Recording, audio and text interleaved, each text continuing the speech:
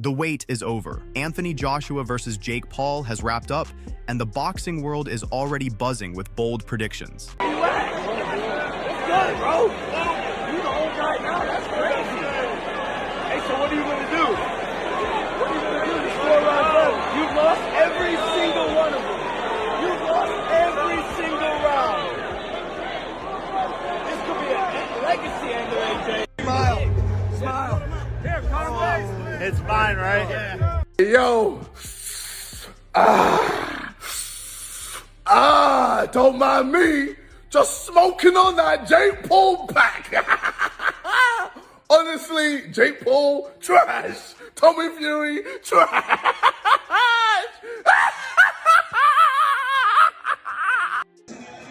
Oh! Oh! You better stop playing. You better stop playing. That is nothing to play with. That big mother in front of you, man.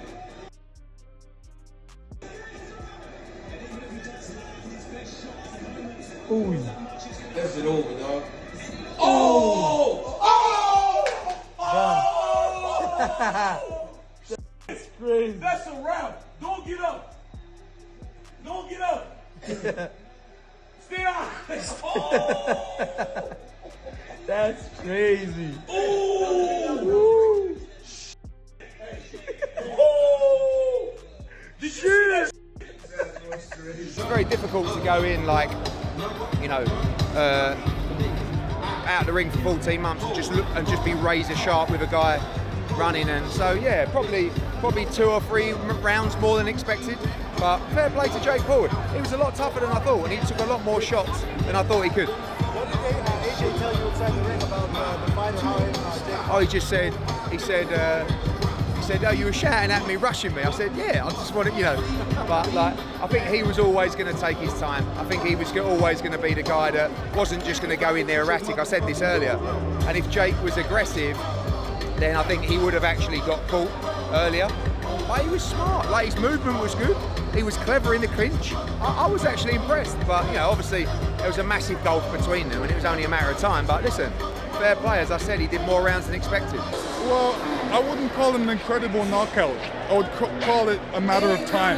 A matter of time, right? A matter of time. And you got to realize, you know, Jake Paul had his hands down. Yeah. He was basically waiting for that knockout. Dennis, just give us a pick. Tyson or Joshua, who wins it? Keep walking. Yep, you're out. Your first instinct just comes to your mind. Well, it depends.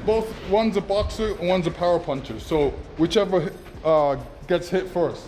I thought Joshua did what he had to do. It took him a while to get it. He had to break him down and chase him down and unleash his powerful shot. What was it? Was it a little too long to get done, or? No, listen, when you fight someone like that, who moves around a lot, then you have to try and pick your moments, pick your shots. Yeah. That's what he did. So congratulations to Joshua. Man, and credit to Jake Paul, right, for even taking the challenge. He's a very gutsy man. Yeah. So, He got up, what, 3 times? I mean, you felt that power. Are you impressed that he lasted that long? very impressed. Yeah. He does a great job. Yeah, thank you, Joshua. Hey, 2 words. Fair trade. That's it? You think,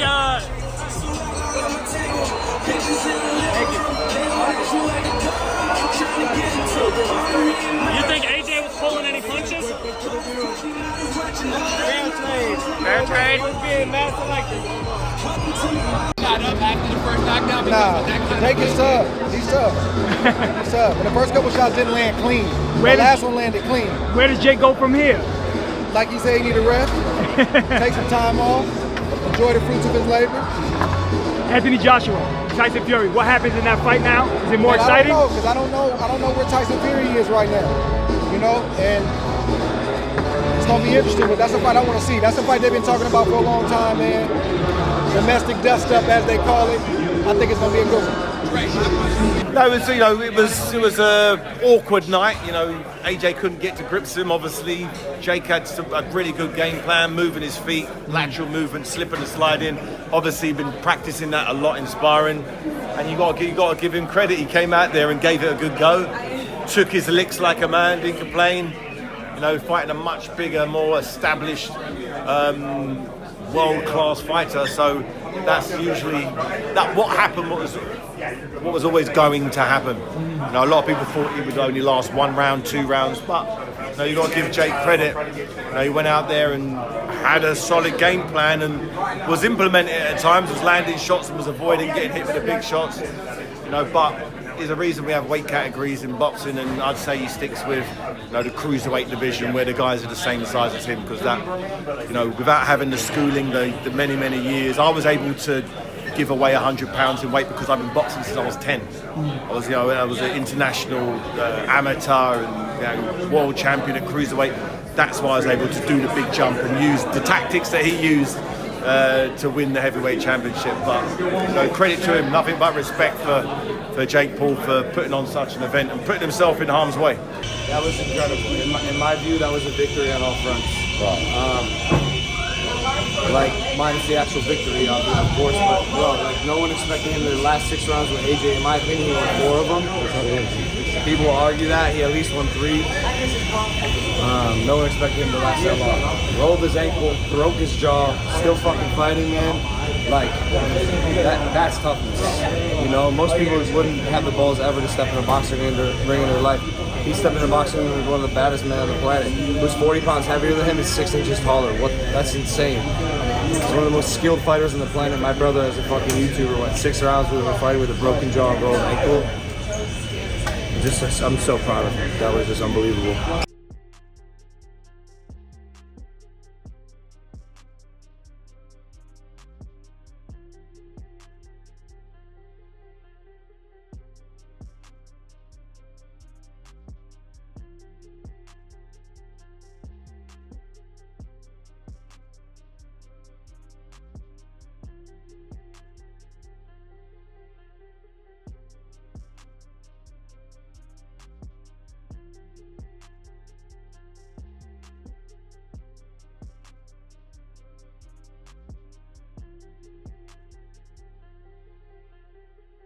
Unbelievable heart. And the reality is, Jake lost because of the size difference, not because of the skill difference. He took some rounds from Anthony Joshua.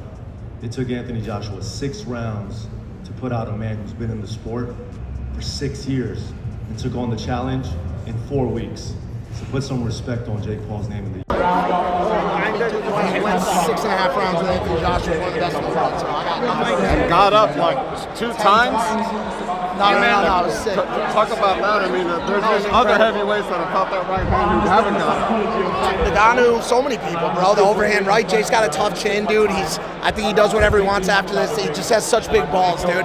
He had to keep moving. That was the only strategy. People are gonna say he ran around the ring. They don't know. They don't understand fucking boxing. He showed a ton of heart, right? Ton of heart. What's next for Jake Paul? Where like does I he said, go? whatever he wants. Whatever he wants.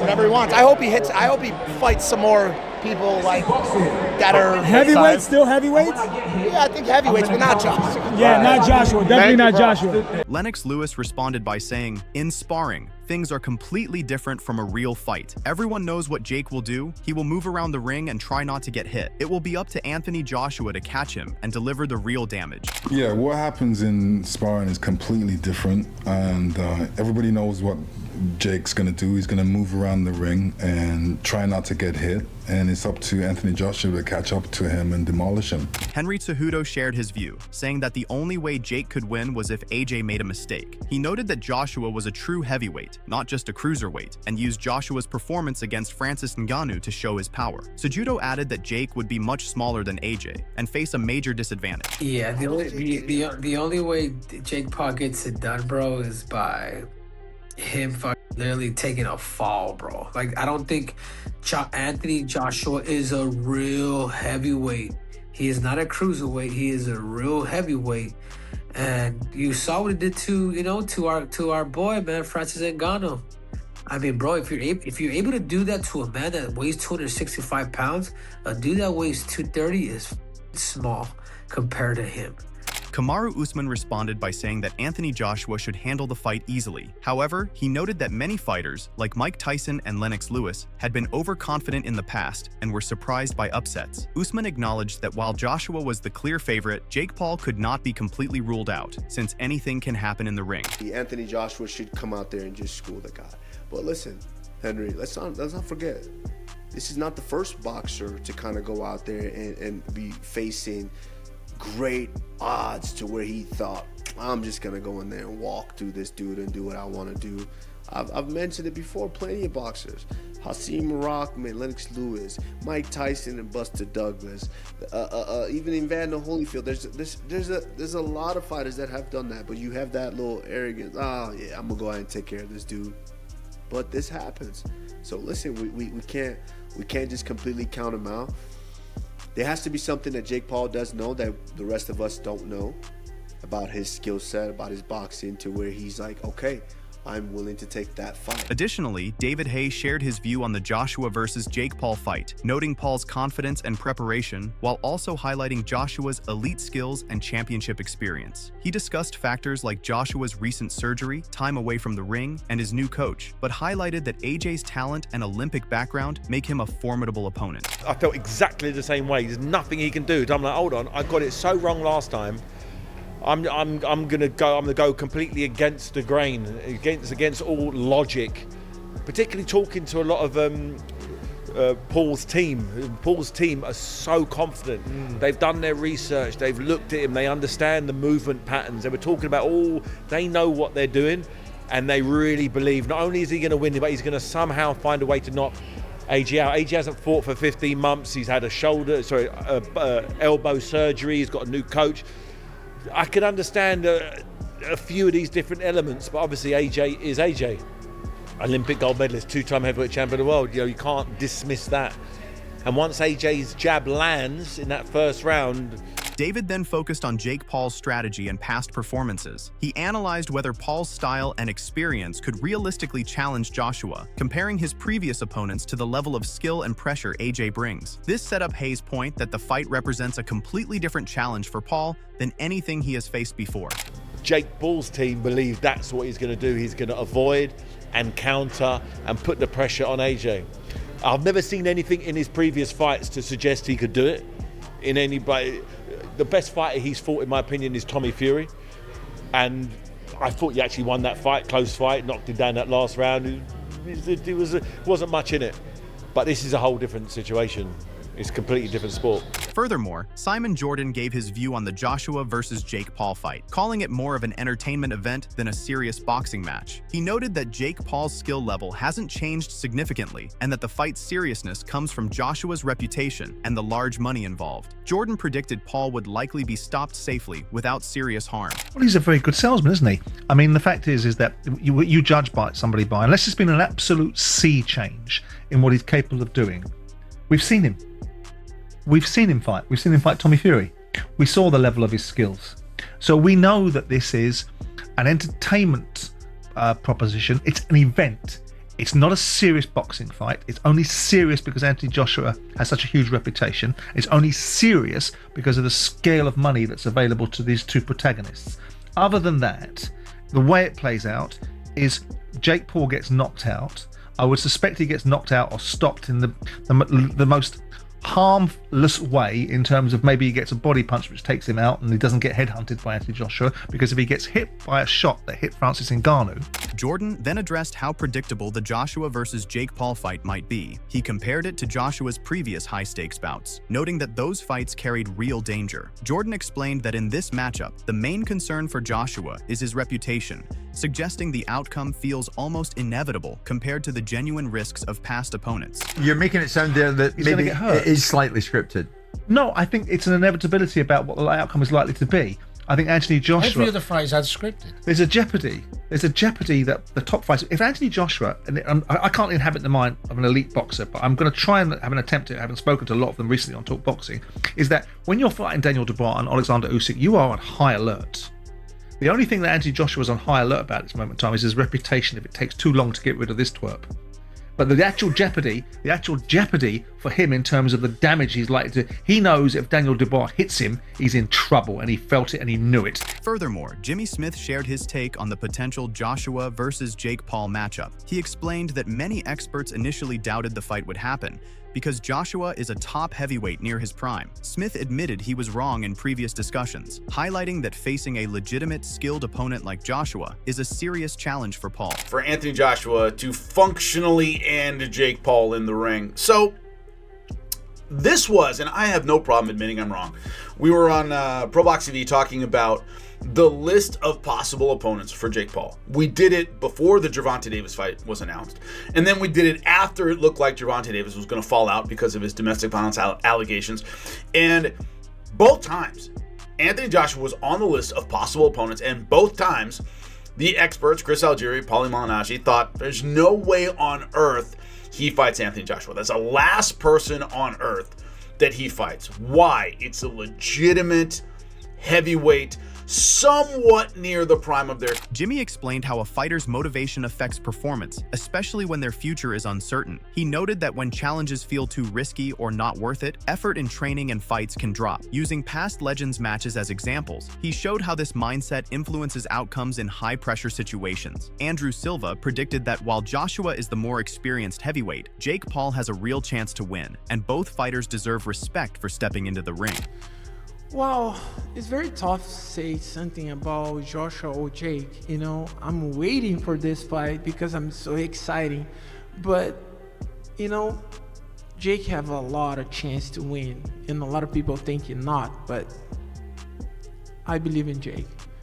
I mean, Joshua is the best fighter and have a lot of experience in boxing. You know, he's a heavyweight guy, but Jake improved a lot, and the people need respect both, you know, because it's not everybody have a, sorry my language, but have a balls for come inside the ring and fight, you know.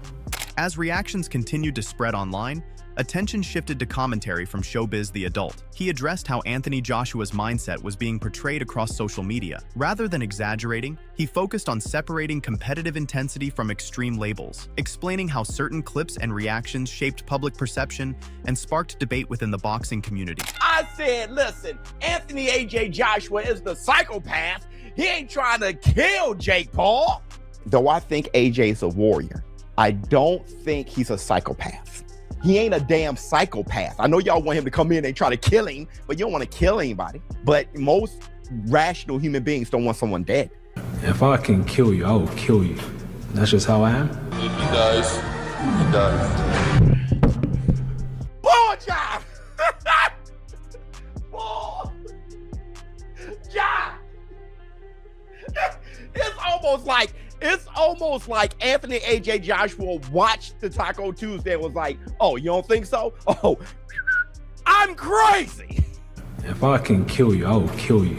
That's just how I am. And that has had its impact all over socials, all over the boxing landscape. Showbiz then commented on Joshua's approach during media events and press workouts. He highlighted how the media tried to show a lighter, more playful side of Joshua while discussing a potential fight with Jake Paul. The focus shifted to whether Joshua was enjoying the process or staying serious, highlighting the balance between professionalism and public perception. Okay, but listen, Anthony A.J. Joshua is dead ass serious, and it's so funny in the media workout and afterwards in this conference, it's like MVP is constantly trying to butter up AJ and say, hey, you're having fun, right?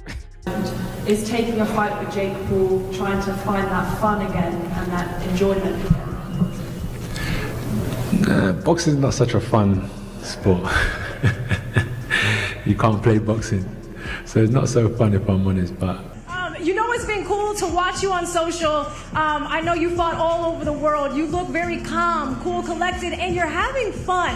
How has it been for you to just kind of let loose? It looks like you're having a good time. Michael Bisping also said that Anthony Joshua was far more experienced and skilled than Jake Paul. He added that Fury's comment about possibly hurting Paul made the situation feel even more serious. So I just did a quick Google search here, and it says apparently 10 to 13 boxers die from fight-related injuries every single year. So that's why Tyson Fury's got an issue here, because number one, you've got Anthony Joshua, that is a former two-time champion of the world, that won a gold medalist, that is massively bigger, way more experienced, and just a much better boxer, saying that if he will kill Jake Paul, that he will kill him, okay? Bisping shared a harsh reality, explaining that even if Jake Paul was not badly hurt physically, the mental pressure of facing someone like Anthony Joshua could be overwhelming. He pointed out Joshua's size, experience, and reputation, saying that Jake's playful attitude would vanish in the ring, where Joshua's main focus would be to dominate. long-term injuries. He might not have his brain scrambled. He might not even get knocked out, but he might get beaten up so badly that he never wants to step foot in a boxing ring again. I'm telling you, that is the loneliest place on the planet. Certainly when you're against Anthony Joshua, a man that is 6'6", a two-time world champion, a man that was a gold medalist at the Olympics, right? And we see Jake Paul at the presses, right? Making fun of it, jumping up, pretending that he's practicing jumping up in the air to reach Anthony Joshua because he's so tall. And oh yeah, that's absolutely hilarious and all the rest of it. Until you make the walk in front of 20,000 people or whatever it is, and the person that is standing in the ring is a stone cold Anthony Joshua, just there waiting for you with one job, with one intention: to smash your face in. Eddie Hearn predicted that saying it would be a disgrace if AJ did not stop him in one round was a bit harsh on AJ. He felt AJ would fight his own way and would not rush in just to force a knockout. He believed that if Jake showed any ambition, he would get countered with speed he had never seen before and would be knocked out. If Jake only tried to survive, Eddie thought he might last a few rounds.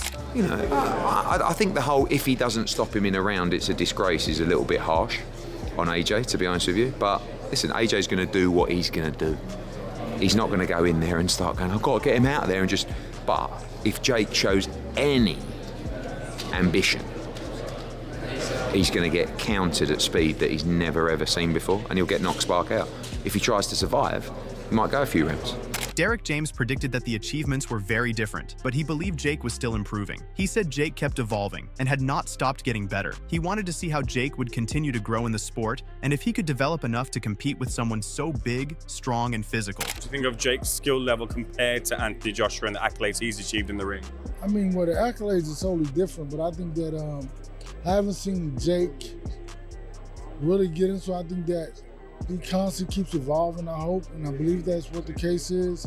And so we'll see how his elevation in the sport and how he evolves in the sport to be able to contend with somebody so big and so strong and so physical. That's it for today's video. So what are your thoughts on this? What do you think about the fight's outcome? Share your thoughts in the comment section and make sure to subscribe and like if you've enjoyed the video. Also, check out our other videos on the screen, right?